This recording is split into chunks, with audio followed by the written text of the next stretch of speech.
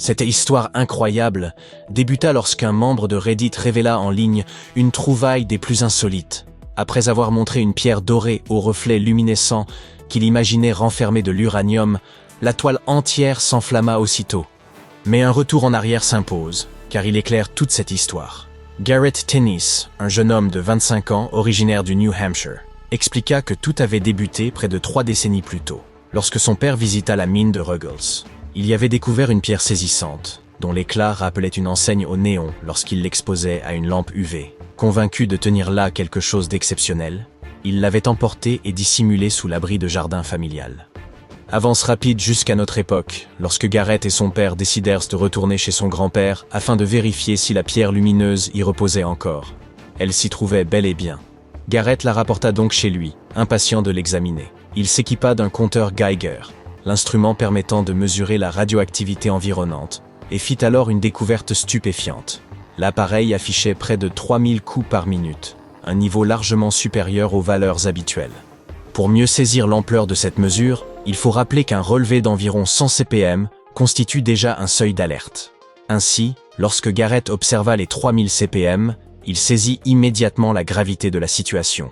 Ces valeurs indiquant la quantité de particules radioactives présentes dans l'air.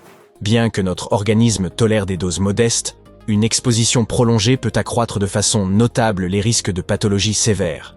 Garrett apprit ensuite que la pierre contenait de la goumite, un minerai radioactif formé d'uranium et d'autres éléments nocifs. Le danger réel provient surtout du contact avec la roche, puis de l'inhalation ou de l'ingestion involontaire de poussière qui en émane.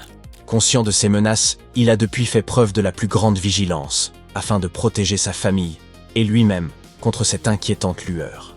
Revenons toutefois au message que Garrett avait publié sur Reddit, lequel déclencha un débat particulièrement vif. Un intervenant suggéra que la pierre pouvait être un minerai d'uranium et exhorta Garrett à une prudence extrême. Il rappela que, si les particules émises par l'uranium ne traversent guère la peau, le véritable péril surgit lorsqu'elles pénètrent dans l'organisme. Comme la roche était décrite comme friable, il existait sans doute un risque que ces particules se dispersent dans l'air, ouvrant la voie à de graves troubles de santé. La tension continua de croître, jusqu'à ce que le président d'une société spécialisée dans l'extraction de l'uranium explique à Newsweek que, bien que 3020 CPM constitue une valeur élevée, elle n'est généralement pas dangereuse pour l'homme. De tels niveaux se rencontrent d'ailleurs sur les sites de prospection de l'uranium. Quel soulagement, mais cette découverte impressionnante rappelle avec force qu'il convient de rester prudent face aux trouvailles insolites. Qu'il s'agisse d'une pierre lumineuse ou d'un objet étrange aperçu en pleine nature, nul ne sait à quoi il a réellement affaire. Certaines merveilles, telles celle-ci, dissimulent des périls mortels. Considérez maintenant la calcantite, qui éblouit par son bleu éclatant. On pourrait croire qu'elle descend des étoiles, mais il n'en est rien. Elle n'est qu'un sulfate de cuivre hydraté et soluble, constituant d'ailleurs une source notable de minerai de cuivre. Cependant, lorsque cette substance rencontre l'humidité, elle peut se dissoudre, puis se recristalliser. Un phénomène redouté puisqu'il risque d'entraîner une contamination au cuivre dans toute la zone concernée. Ajoutez à cela qu'elle demeure toxique pour l'être humain. Voilà déjà 2 raisons majeures de s'en méfier. Ou encore, observez cette autre merveille, la stibine. Son apparence pourrait figurer dans un univers semblable à celui de Game of Thrones. Pourtant, si l'on parle d'empoisonnement, la réponse est sans équivoque. Ce minéral est hautement toxique. Malgré cela, durant des millénaires, les gens utilisaient une pâte issue de cette substance pour leurs cosmétiques, persuadés qu'elle sublimait cils et sourcils. Pire encore, elle servait également à fabriquer des ustensiles de table. Vous devinez sans peine la conclusion. Un empoisonnement inévitable. Le minéral suivant de notre liste est l'arsénopyrite. De composition sulfureuse associant arsenic et fer, il présente un lustre métallique acier qui attire immanquablement le regard. Mais son apparence n'est qu'un leurre. Principalement rencontré dans les cheminées hydrothermales, il coexiste souvent avec des filons aurifères. Le problème majeur survient lorsque l'arsénopyrite est exposé à l'air et à l'eau. Elle s'oxyde et libère alors de l'arsenic soluble qui contamine sol et eau, dévastant les écosystèmes et représentant un danger sérieux pour la santé humaine. Vient ensuite la galène, minerai de plomb par excellence. Reconnaissable à sa structure cubique et prisée aussi pour ses teneurs en divers matériaux rares. Elle représente, par exemple, une excellente source d'argent.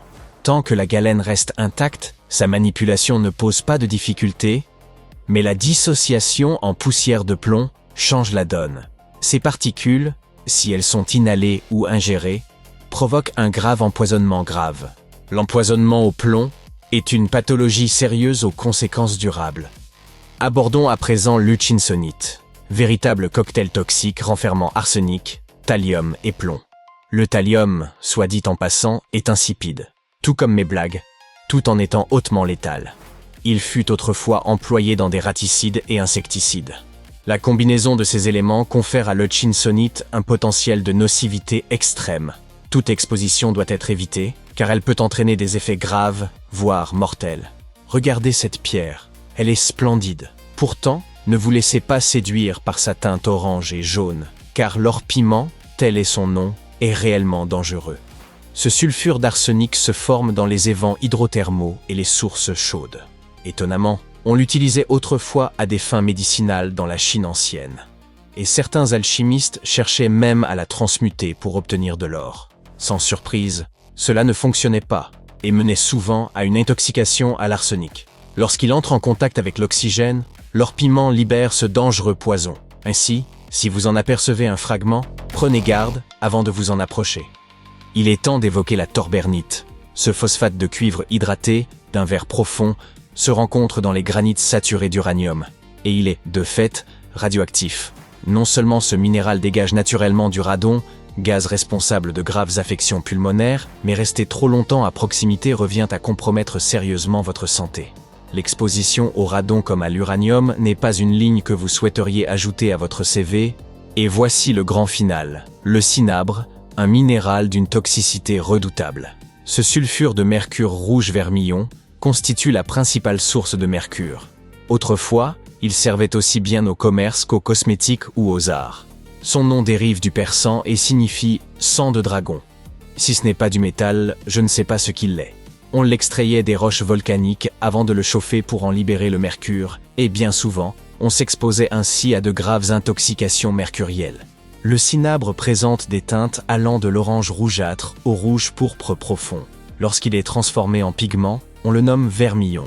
Ce matériau fut utilisé pour peindre des os humains, servir d'encre de tatouage, entrer dans des préparations cosmétiques ou encore orner bâtiments et céramiques.